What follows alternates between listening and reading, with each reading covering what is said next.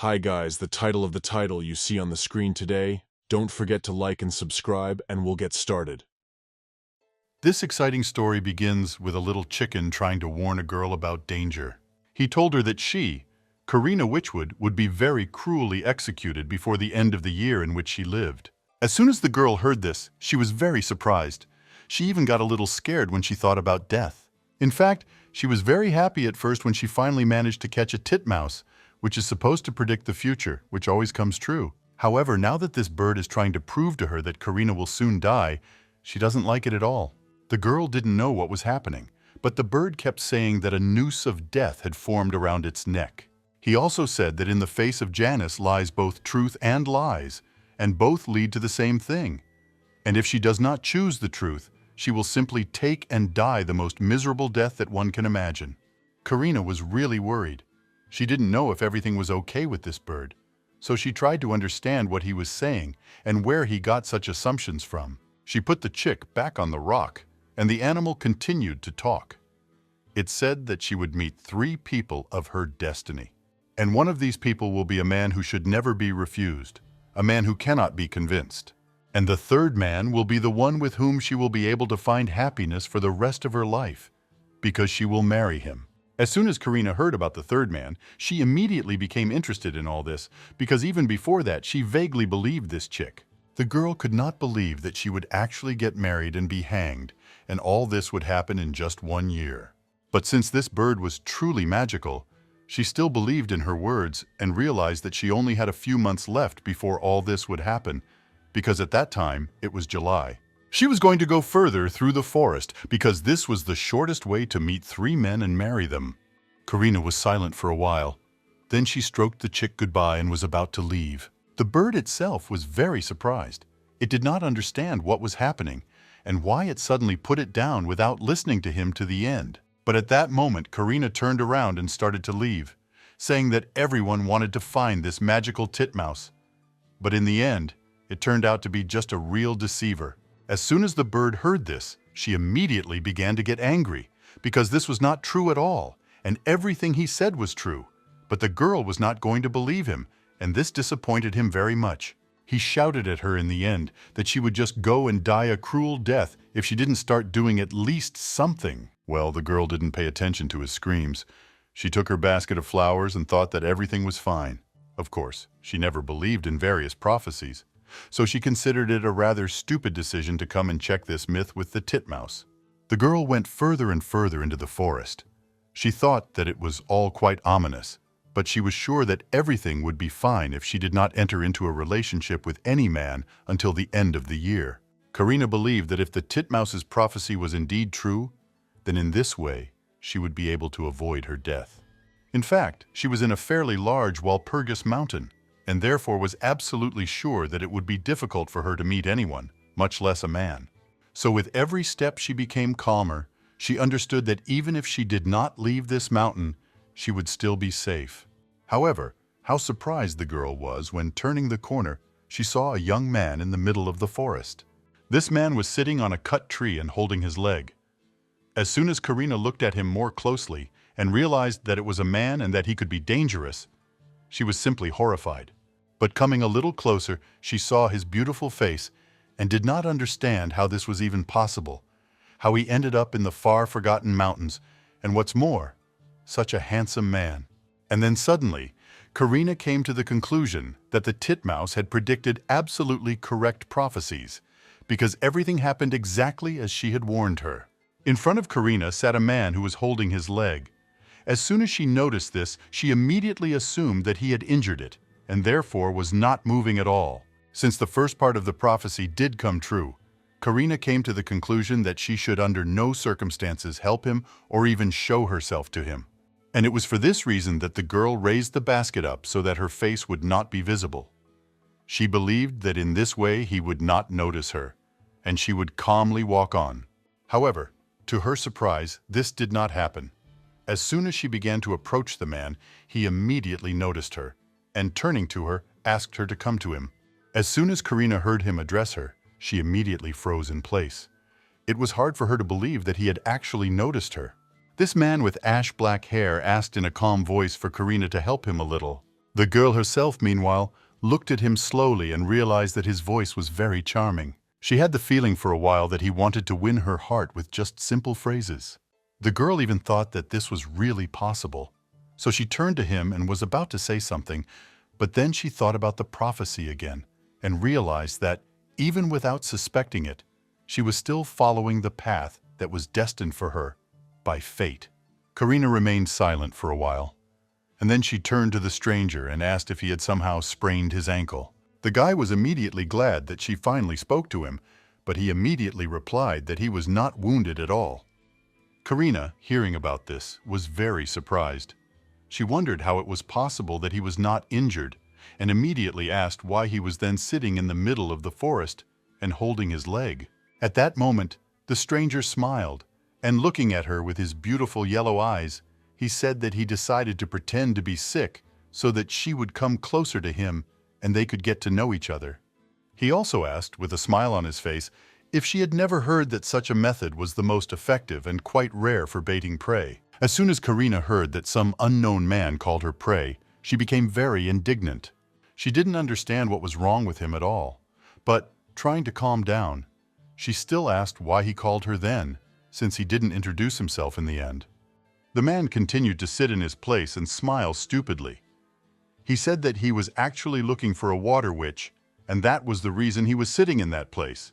He also said that he actually knew for sure that this witch lived in Valpuric, in their mountains, and her name was Karina Witchwood. As soon as the girl heard this name, she immediately became scared.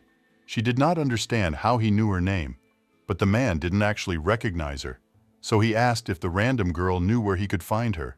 Of course, Karina immediately understood that this was a direct hint that she would die. So, turning around, she began to leave and said that she actually didn't know. But at that moment, the stranger suddenly grabbed her hand before she had time to go very far and pulled her towards him, grabbing her by the shoulder. Karina immediately became very scared, but he just smiled and said that if he wandered through this damned forest for even one more hour, his patience would definitely snap. So he insistently asked the girl to tell him where this Karina Witchwood actually lived. Of course, the girl was very indignant at his assertiveness. Therefore, pulling her hand out of his hands, she asked why he wanted to find her so much. Then suddenly his gaze became a little softer, and he said in a quiet, sad voice that in fact these were personal things, so he did not want to discuss it. He grabbed the girl's hand again, and this time Karina couldn't free herself. She suddenly had a strange feeling. She understood that this man would not let her go until he got his way. So after thinking for a while, she wondered what personal matter this could possibly concern. After all, she was Karina Witchwood, and she wanted to hear why he was so desperate to find her. Of course, he didn't tell her anything right away and suggested that they go to a more comfortable and remote place. So Karina brought him to her hut.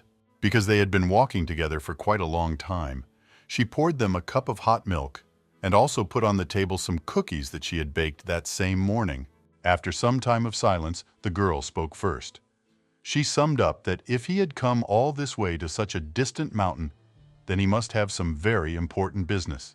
So Karina still asked what brought him to her on such a day.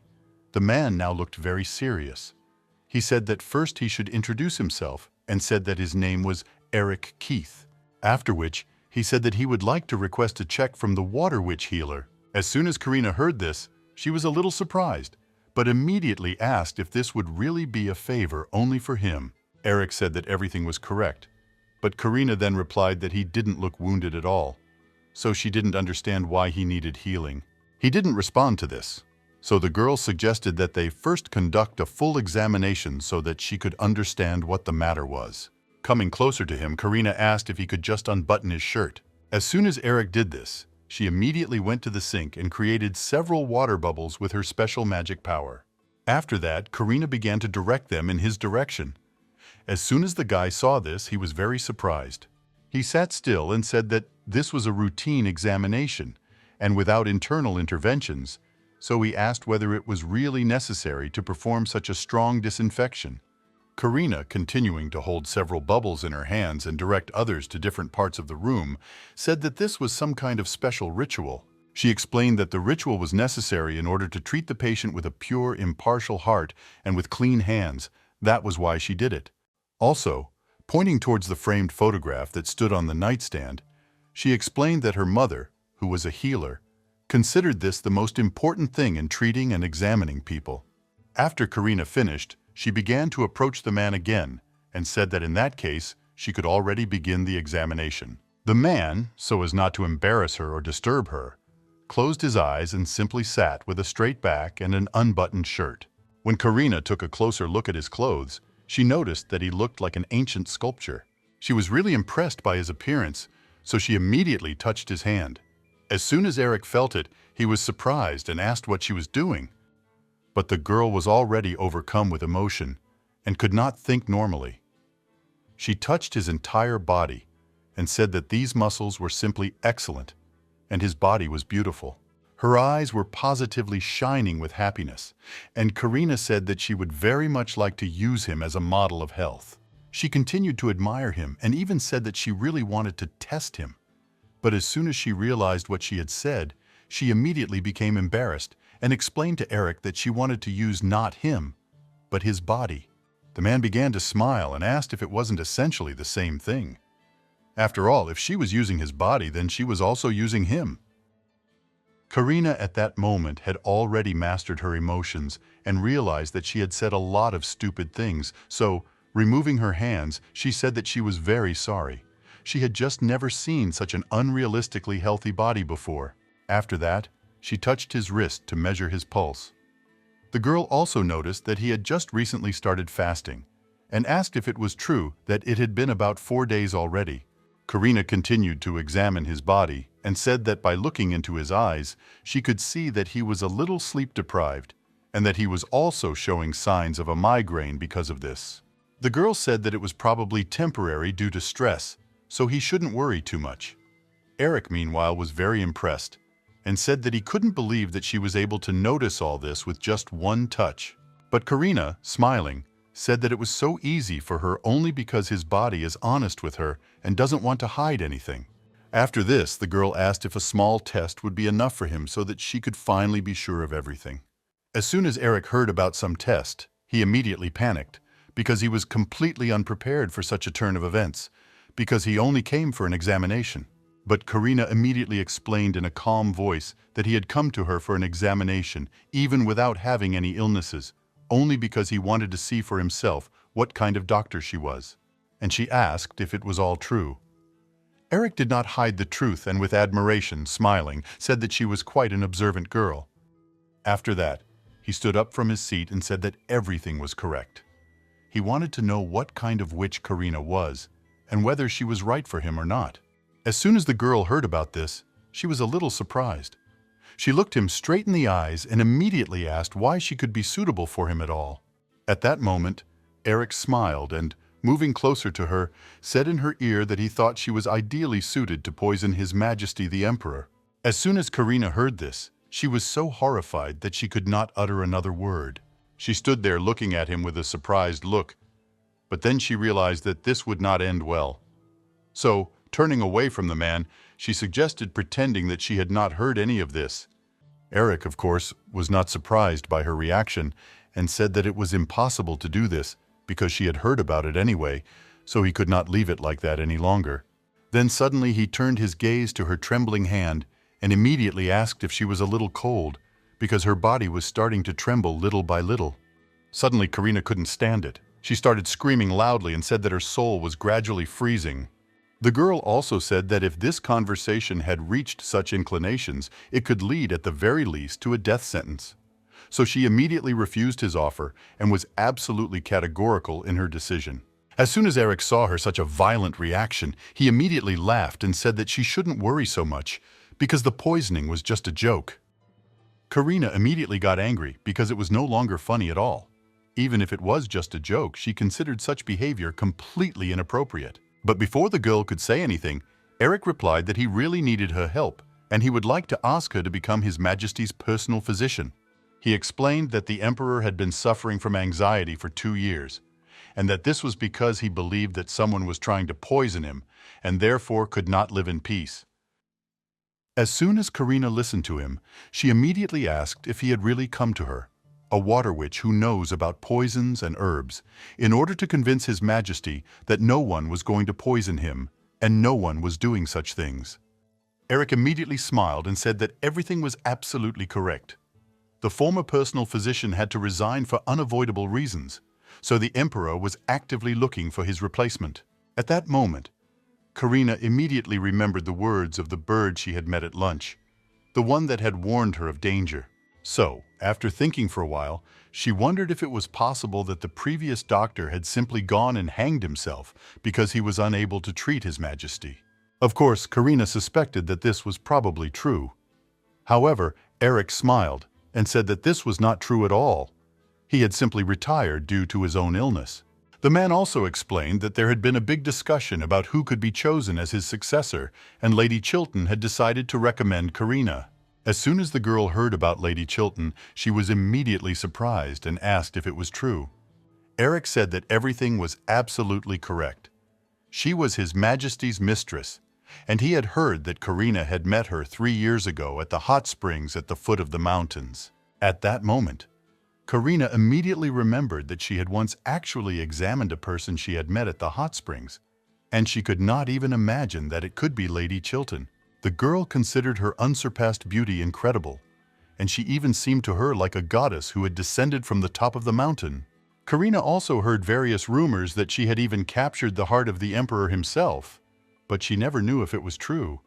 Be that as it may, 3 years ago this girl took a dose of a special potion from Karina, and she assumed that Lady Chilton kept a small amount of this substance for herself and gave it to the Emperor. She kept thinking about various events and knew that poisoning the Emperor was a crime that was always punishable by death. Therefore, she had a lot of doubts about accepting the job that Eric offered her. When she finally raised her head to speak, she saw him standing there just smiling. The man looked rather self-assured, so she assumed that she shouldn't be in such a hurry to begin with, and so she replied that she would also refuse this offer. Karina explained that she made this decision because she believes that she has no right to be His Majesty's personal doctor. As soon as she saw his surprised and even thoughtful expression, she explained that for her, as a village witch who lived quietly, these were rather drastic changes, and they would affect her too much. Eric tried to understand her position and said that he accepted her decision as it was and did not dare to pressure her. Karina, meanwhile, was wondering if this was really the right decision, and she was also a little surprised by the man's reaction because it was believed that he would resist. However, he easily accepted her position, so she decided that she had to avoid that fate at all costs, even if it meant giving up promising opportunities. She knew that if she became His Majesty's personal physician, it would be a guaranteed death. While she stood there and thought about all this, Eric had already begun to put his cape on his shoulders and leave. Before he walked out the door, Karina came closer to him and said that she was really sorry that she had wasted so much of his time and said goodbye. But before opening the doors, Eric looked at her one last time and, smiling, asked if it was true that since she had said everything that needed to be said, it was time for her to start packing. He also explained that they had to leave right now because there wasn't much time. Karina, hearing this, was very surprised and didn't understand what he was saying. He explained that he understood everything because he had mentioned Lady Chilton's recommendation, and His Majesty had positively blessed her. And Eric said that bringing the girl to him was an order from His Majesty, so he simply had to do it. So he advised her to get ready as soon as possible. After that, he was about to leave, but Karina ran after him and told him to wait a minute, because she didn't understand anything at all. But the moment they both walked out the door, the guy extended his hand forward and activated a special black portal, with which they were supposed to move to another place. This portal was quite a powerful phenomenon, so Karina could barely stand on her feet because the wind rose crazy. Before entering this portal, Eric turned to Lady Karina and asked if she was ready to go with him to the Imperial Palace. The man, smiling, extended his hand forward to her, expecting at least some kind of response. She was silent for a while, but then she realized that she simply had no choice. So they used the portal to move to the carriage. And when they started their journey, Karina kept looking out of the window and admiring what she saw around her. The girl said that in the place they found themselves, there were so many people, and the buildings were incredibly tall. Because she almost always lived completely alone in the mountains, She had never seen anything like this. For Karina, this was all something new and incredibly interesting, so she didn't want to miss a single minute. Meanwhile, Eric sat opposite her and said in a calm voice that this was the imperial capital. Therefore, there really were many people and various buildings in that place. After that, they started driving past the market, and Karina saw that it was a completely different place from her home. Everything looked so alive and quite busy. But then suddenly, she stopped looking out the window and looked at her escort, saying that it was all surprising that she didn't see a single van around, and she had thought that trade in the capital would be incredibly large.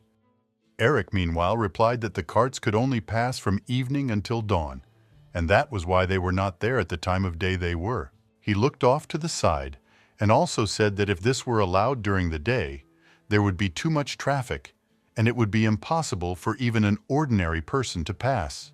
So Eric concluded that with such a huge population, such a rule makes a lot of sense, and he thinks that if it is broken, it will be very bad. The girl listened to him attentively and came to the conclusion that this was indeed the case, because there could even be problems with safety if such rules were not abandoned. They kept driving, and then the girl saw a very large building on the horizon, and it looked incredibly beautiful. Karina immediately realized that this was the imperial palace, because only it could look so luxurious, even though all the houses in the capital were quite exquisite. She also thought that she would now work for the emperor himself, who ruled such a huge and rich empire on his own, so she even became interested in what kind of person he really was. Some time passed from that moment. They quite quickly reached the estate itself, and there they were immediately taken to His Majesty. It was a rather young man with blonde hair. As soon as he saw the girl, whom he did not know, he immediately asked Eric, "Is this young lady really supposed to become his doctor?"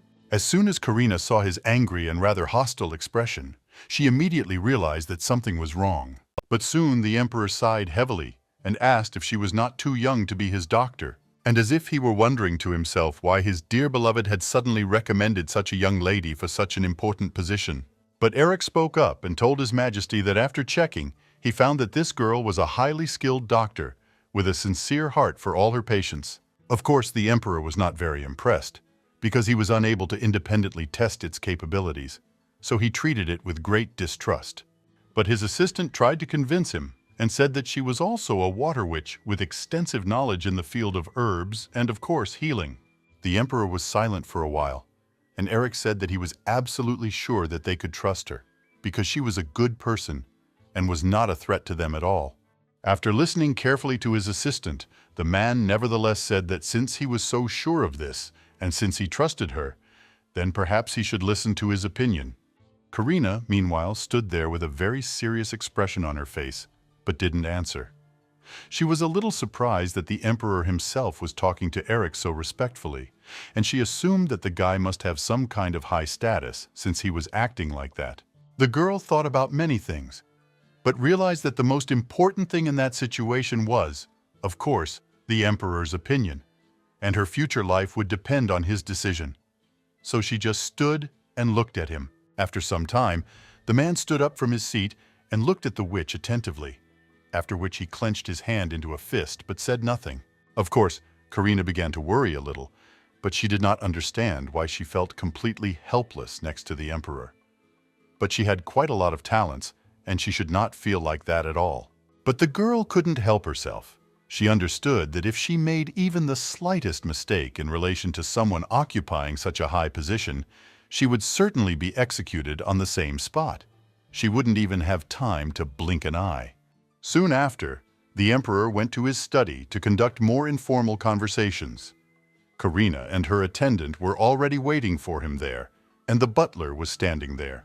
Eric, bowing before His Highness, said that he looked very tired and asked if everything was okay, and also whether the man had slept enough that day. The emperor frowned a little, but looking at his assistant, he said that, as always, it was all thanks to this man, Halcyon. Rolling his eyes and sighing heavily, the emperor said that during his last prank, as always, he had poisoned his drink, so now the man was not feeling his best. When Karina heard this, she immediately thought about this mysterious name, Halcyon. This was the Grand Duke, and the girl knew that he was also a fairly close brother of the chief emperor. When Karina thought about all this, she realized that for some time there had been a lot of gossip about His Majesty and the Grand Duke, and it wasn't always good gossip. In fact, he was named the Crown Prince from the very beginning of the chaos, but the Dowager Empress, the mother of His Majesty, sent Halcyon, the child of the Emperor's ex-wife, to the distant northern region, and all this was done only to ensure the throne for her own son.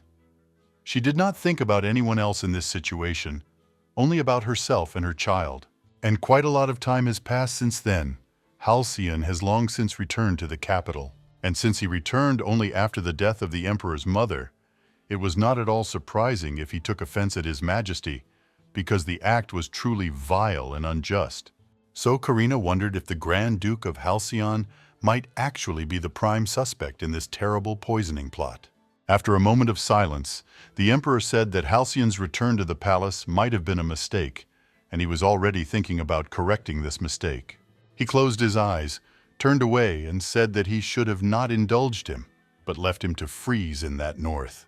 And now in such a situation, he does not understand how this young witch can be useful to him at all, because he himself does not even know what to do. Karina immediately understood that they were talking to her. So with confidence in her voice, she said that if she was allowed, she would definitely start by checking his pulse. And if the Emperor really allows her to do this, then she can start immediately, because she believes that it is quite important to conduct a complete inspection immediately. Karina explained that she considered it so important because she could handle his health responsibly, so she asked him to trust her. The Emperor listened to her attentively, but did not answer for some time. Karina was already beginning to worry that she had said a little too much and did not know what to do now. But the man still agreed and said that he would like to see her try to do something. Karina, of course, was delighted. She immediately went and began to use that same magic to cleanse her hands and the whole room around her. She washed her hands quite thoroughly in a special bubble, and she was glad that she had at least a small amount of time to collect her thoughts and come to her senses. She was incredibly nervous. Her heart was beating incredibly hard, and at one point, it even seemed to her that she might lose consciousness due to such worries. Karina was starting to worry a little, because she couldn't have a heartbeat faster than the patient's. It undermined her authority, so she needed to calm down as soon as possible. But it was quite difficult to do this, because the atmosphere around was very tense. The Emperor sat down on a special couch so that the girl could examine him, and unbuttoned his shirt, and Eric and the butler stood and waited for her to begin her duties. At one point, it even seemed to her that she was suffocating from the atmosphere around her and from the pressure that was being exerted on her. She even thought that she could suffocate faster than she would be executed. But she took a deep breath and realized that she needed to calm down. If she just did everything as usual, there would be no problems, because she was a professional in her field, so Karina really should just calm down. After some time, she finally finished washing her hands and began to approach the Emperor, saying that she would already begin the inspection, if he did not mind. Of course, the man didn't object, and then she came up behind him and put her hands on his shoulder blades. The man immediately felt a certain warmth that emanated from her hands, penetrating his entire body. And Karina asked him to take a deep breath, hold it for a bit, and then exhale slowly. The man immediately began to do this. He repeated this manipulation several times, and Karina suddenly remembered the words that her mother had told her when she taught her this business. Her mother always said that when she examined patients, the whole atmosphere immediately changed, and even her voice always became different, whether she wanted it or not. Karina was immediately surprised when she heard this and asked how this was possible, but Mother replied that he was becoming very gentle, so that even the most prickly and harmful patients could trust her. And it really was so. When Karina spoke to the Emperor, the man immediately felt her confidence and professionalism, so he even felt a little calmer. He continued to breathe in and out for a while. After that, Karina removed her hands and came up to him from the front, turned around, and looked him straight in the eyes. With a smile on her face, the girl asked him to now follow the direction in which her fingers were moving. He had to keep his eyes on her so that she could check something. When she saw his surprised expression, she said that it wouldn't take long, just 3 seconds to do it. Of course, even the butler was surprised when she asked the emperor to do this. However, Eric, who was standing and also closely watching everything that was happening, only smiled. He had already managed to verify on himself the fact that this girl could work miracles, so he had no doubts about her competence and was absolutely sure that everything would go well. And some more time passed from that moment. The girl had already managed to finish her full examination of the emperor and came closer to him to give her verdict. But before she expressed her conclusions, she suddenly noticed that something was wrong with the man's hand and asked how long this had been happening. The emperor was a little upset when he realized that she had noticed that something was wrong with his hand, since he had tried so hard to hide it, and he was really good at it. Because as soon as the butler heard about the injured hand, he was very surprised and, immediately turning to the owner, asked what was wrong with his hand. He turned to the emperor and asked if he had again developed that terrible rash on his hand that he had had before. He was really very indignant and asked why he didn't tell him anything about it, because they would have taken some measures right away. But the emperor replied in a completely calm voice that it was not even an illness. Many said that it was caused by stress, so he did not want terrible rumors to spread about his condition because of this. The man felt very uncomfortable and also said that all people, if they found out, would start making fun of him and mocking him, saying that he was weak-hearted. He also believed that his brother would laugh even harder, and then perhaps he would have some opportunity to take revenge on him. Eric, having listened carefully to all this, turned to Christina and asked if he could develop these symptoms after his recent encounter with Halcyon. The girl said that it was quite possible, and when they looked at the emperor, they saw that he had looked away from them. Accordingly, they concluded that he knew something. Christina immediately thought about all this. She realized that Halcyon, his half-brother, was the source of all the health problems of His Majesty. And when it comes to this man, he probably doesn't want to appear vulnerable. And that's why the emperor carefully hides the health problems he has developed even from his close subordinates. For a while, everyone in the room was silent. Then Christina decided to break the silence and said that she was used to working with the patient alone. So she asked that they be left alone for the next part of the examination. Of course, the butler, as soon as he heard this, immediately became wary and asked how he could leave them alone. But the girl, in turn, explained that this was quite normal. His Majesty must allow it, and in that case, according to the code of the Water Witch, she would like to keep her patient's condition completely confidential. The butler immediately reacted to this categorically negatively and said that he could not allow this, and asked that the girl not even dream of such a thing. But Christina also insisted on her own. She said that most people do not know about the condition of His Majesty. If something serious happens, then they should not know about it. The emperor just sat silently. He considered it necessary not to interfere in their argument, because he thought that he could only make things worse, so he just watched. Meanwhile, Eric stood with a huge smile on his face. He was absolutely sure that the girl would be able to cope with such pressure from the butler. Christina talked about how she had to follow her own rules, because the rules of a water witch are very strict, and if you don't follow them, everything could go completely wrong. She also said that she would very much like to be told details about His Majesty's diet, because she must know everything in the smallest detail.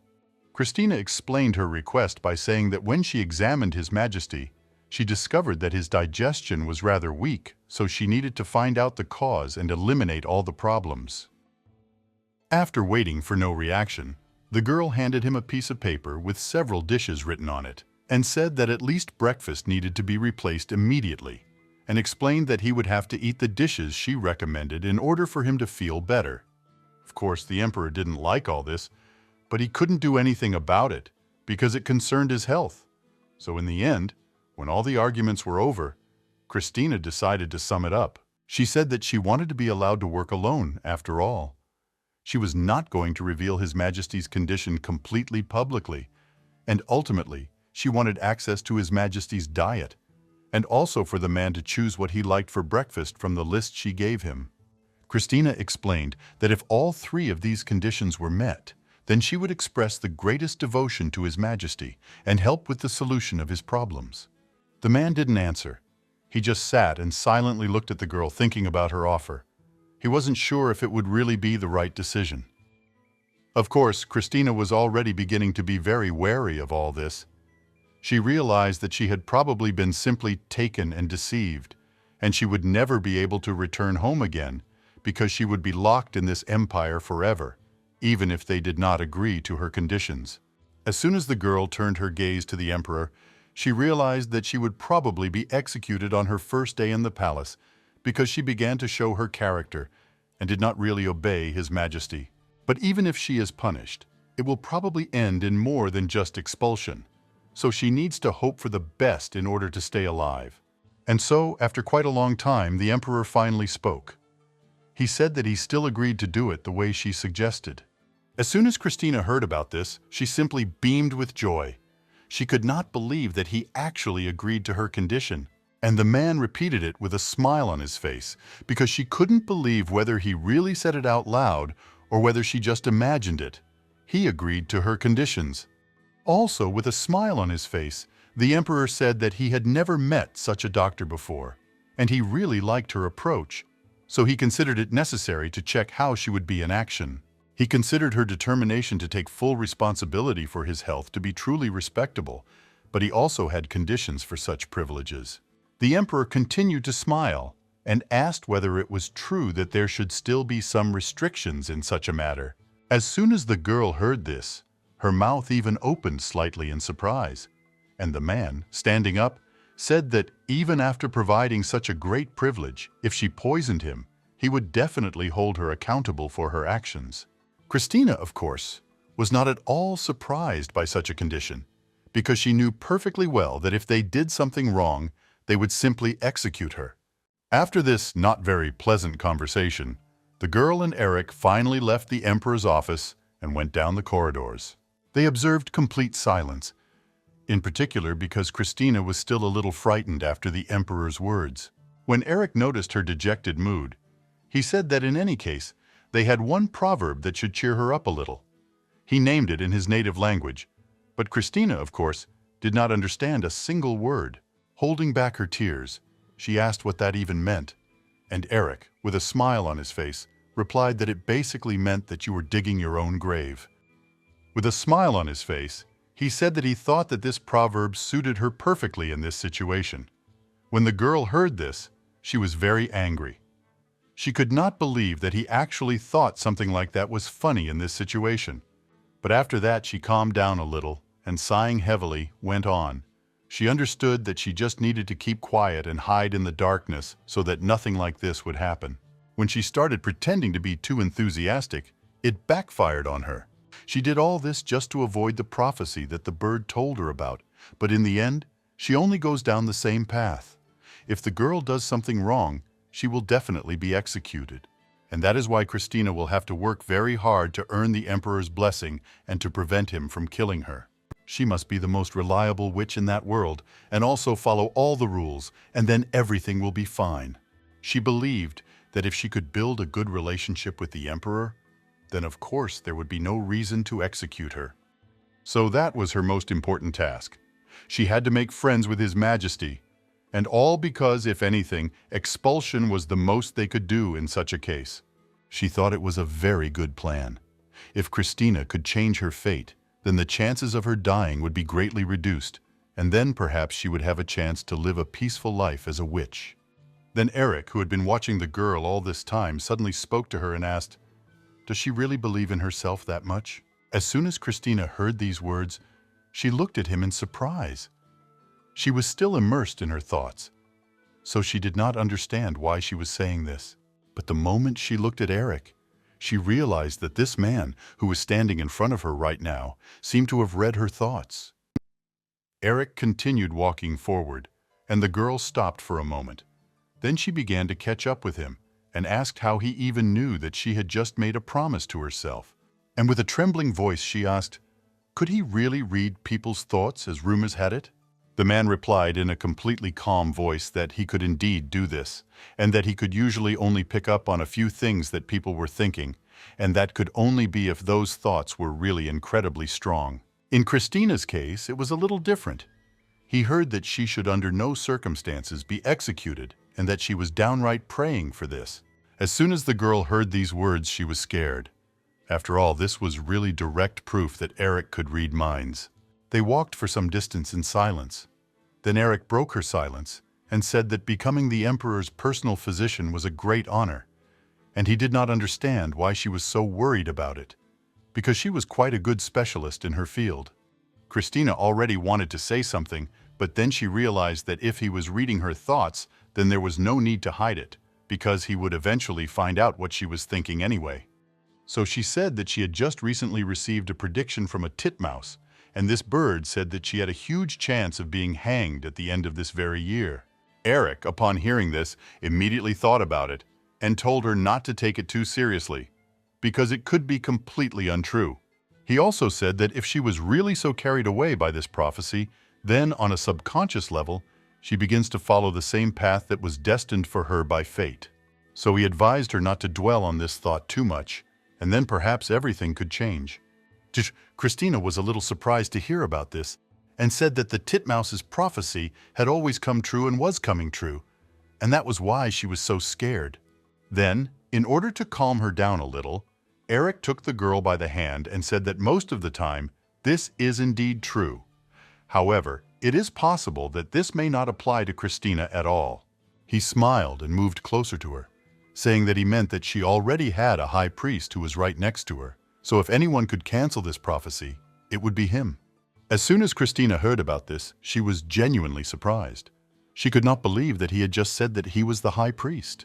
This was a really big surprise and shock for the girl, because it meant that this guy was a high priest, and this is quite a big status. But then Christina thought about it and realized that the high priests use mind magic, and they are known for reading other people's thoughts. Even the emperor calls him by an honorary name, and all this because he was the high priest. Now Christina understood quite a lot. In fact, it was literally the only title that even the emperor was required to respect. In other words, Eric, who was next to her, was the only person who could block any order to be executed. As soon as Christina thought about it, she immediately realized that he would be her only lifeline if something went wrong. Therefore, without thinking twice, she took his hands and offered to be friends, so that everything would be fine. As soon as Eric heard this, he was a little surprised. He was silent for a while, and then suddenly began to laugh very loudly and quickly. Of course, this made Christina very angry. However, he looked at her and asked what he should do with this sweet little lady. At that very moment, he grabbed her hand and pulled her closer to him.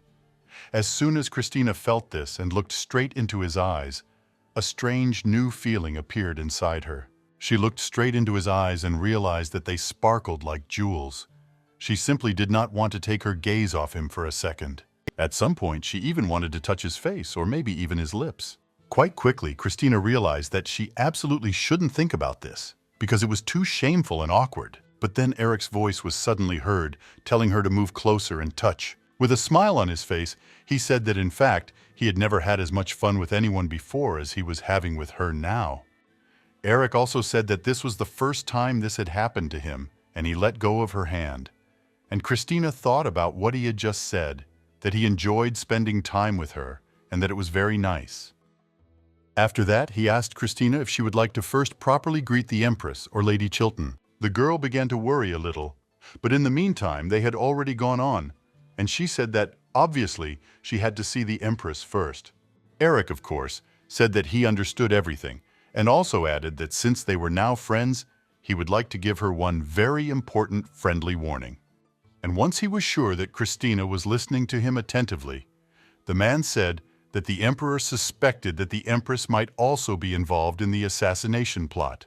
Of course, the girl took this into account, and immediately after that, the two of them went to the reception room, where the Emperor's brother was already. As soon as the man saw them, he sighed heavily and said that they needed to change the rules about immediately granting an audience to the high priest.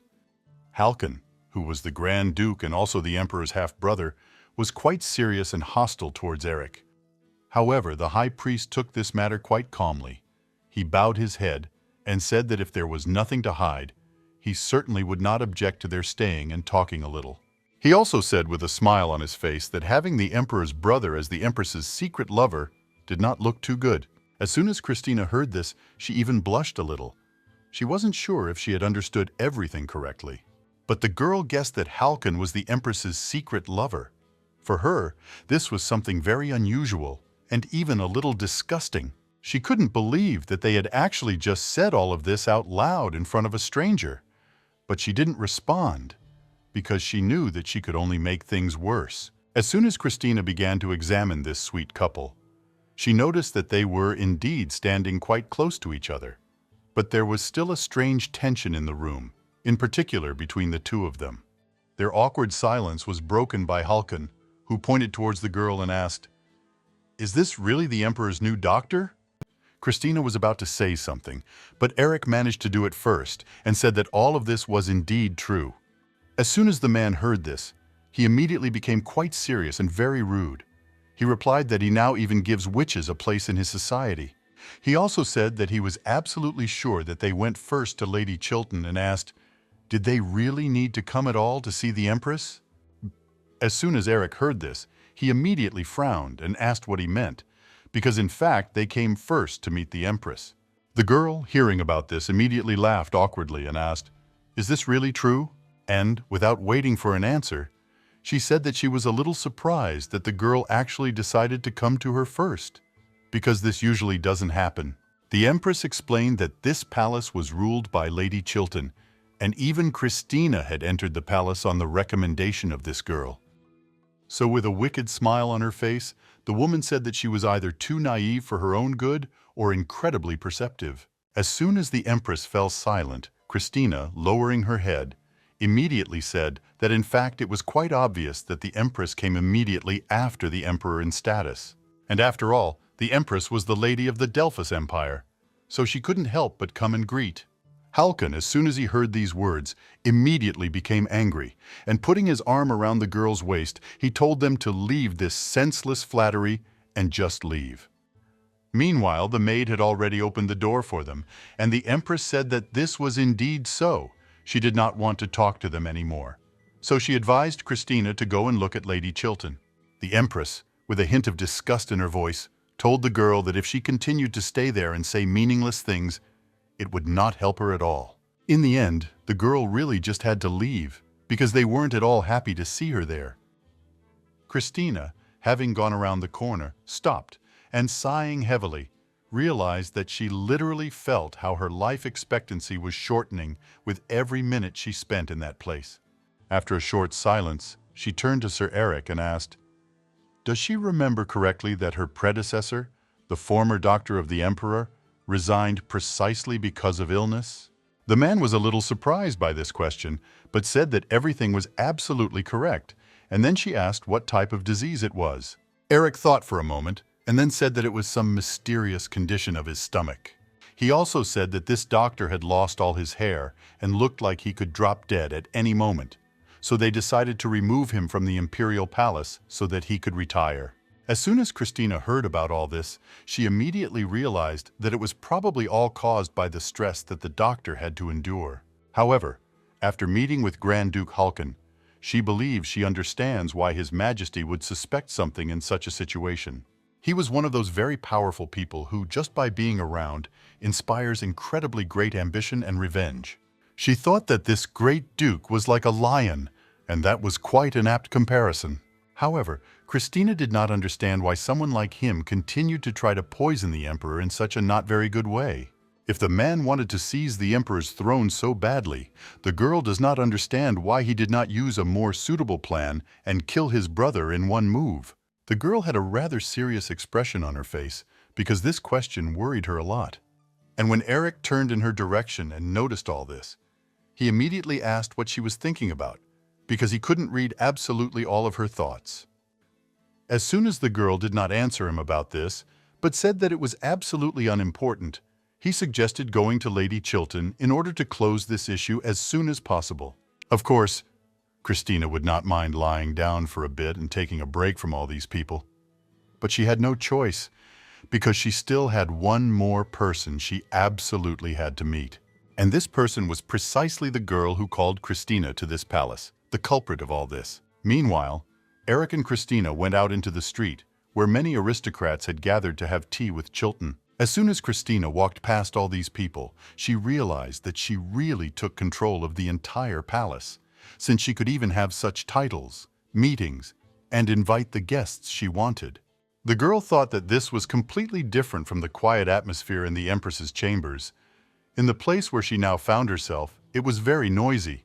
Everyone was laughing, talking, and drinking. And, of course, as soon as the aristocrats saw Christina, they immediately began to whisper behind her back, not caring at all that they could be heard perfectly well. These people talked about how this girl was now the new witch doctor from the mountains, but they didn't understand how that was possible, because they considered her too young for such a thing. Many noble ladies said that this was a recommendation from Lady Chilton, and of course, in that case the girl must be simply a brilliant doctor, since the lady invited her to the palace. Of course, Christina didn't like hearing all this gossip about her in person, because she had to continue to maintain a calm expression on her face in order for everything to go peacefully and calmly. And so, after some time, they approached the entrance to the gazebo, where they were stopped by the butler. He, seeing the high priest, thanked him for coming to the palace of the White Swan. After this, he opened the doors to the grounds and said that Lady Chilton was already waiting for him. Of course, Christina also let herself in without any problems. And as soon as she was inside, she couldn't take her eyes off all the decorations that were around. This part of the palace was simply beautiful. There was a wonderful garden with red roses, and also many different kinds of butterflies were flying around, some of which were even rare. Christina watched all this with great admiration and concluded that this place was very similar to a huge, luxurious glass greenhouse. Everything looked just great, and then suddenly, as soon as she looked ahead, she saw an equally gorgeous girl walking towards them. This beautiful lady was wearing a red evening dress with loose dark purple hair, and as soon as she saw Christina, she immediately became happy and greeted her. As soon as Lady Chilton came closer to her, she immediately took the girl by the hands, and with a smile on her face, said that a lot of time had passed since the last time they saw each other. And the girl also asked out of politeness whether her path to the imperial palace had been calm and unobtrusive. Christina said that everything actually went well because Sir Eric opened a portal for her and they got there pretty quickly. As soon as Miss Chilton heard this, she immediately smiled and said that she was very glad to hear it. After which she proposed to sit down and talk with her for a while. Of course, no one objected, and as soon as they sat down at a small table and the girl poured tea for them all, she immediately turned to Christina, and she said that despite the fact that the girl was very young, she was at the same time quite capable in her business. Continuing to smile, Mrs. Chilton said that what she really knows best is how to reassure her patients in difficult situations. The girl explained that she simply makes them even laugh, although they do not realize it. Even though they may be in severe pain, they feel comfortable being around Christina. Therefore, the Emperor's girl said that she believed that the girl would be of great help to His Majesty. After she said this phrase, her voice suddenly became very serious, and she also said that especially in such difficult times that he was going through, support would be more useful than ever. Christina also immediately became very serious. She noticed that Lady Chilton sincerely cared for the Emperor. This was evident from her behavior. She also assumed that the girl was probably looking for a comforting doctor, and not just a qualified one, because the emotional state of her lover was also important to her. After a while, Lady Chilton calmed down and, smiling, told the girl that she did not need to worry at all if people spread some gossip about Christina. The woman also said that if she came to the White Swan often, they would definitely take care of it, and after that, the girl extended her hand forward. As soon as Christina saw this, she immediately understood that she must completely oppose the interests of the Empress and be for the Emperor. After some time of conversation, Christina thanked the girl for her support and said that she would definitely do everything in her power to ensure that the Emperor was cured. The girl, a little embarrassed, also looked away and said that she did not want to cause trouble for Lady Chilton after she had recommended her, so she would do everything she could. As soon as the girl heard this, she was a little surprised at first, but then she smiled and said that, of course, it was a great honor for her too. Lady Chilton also said that it is precisely this independence that makes Christina so impressive and memorable. After that, they sat in silence for a while, and the girl thought that, although she had come to the palace on Lady Chilton's recommendation, she still needed to draw a line between them. After all, She came to the imperial palace to be a doctor for His Majesty, and that is exactly what she intended to do. After that, the girl turned her gaze to Eric, who was sitting next to her, and said that she heard that the first thing they went to was the Empress. Her voice suddenly became very rough, and she asked if this was really the first priest's idea. The woman also asked why they had made such a decision, since she thought that they would, of course, go to her first, and would not go to the Empress at all. As soon as Christina heard all this, she immediately became worried.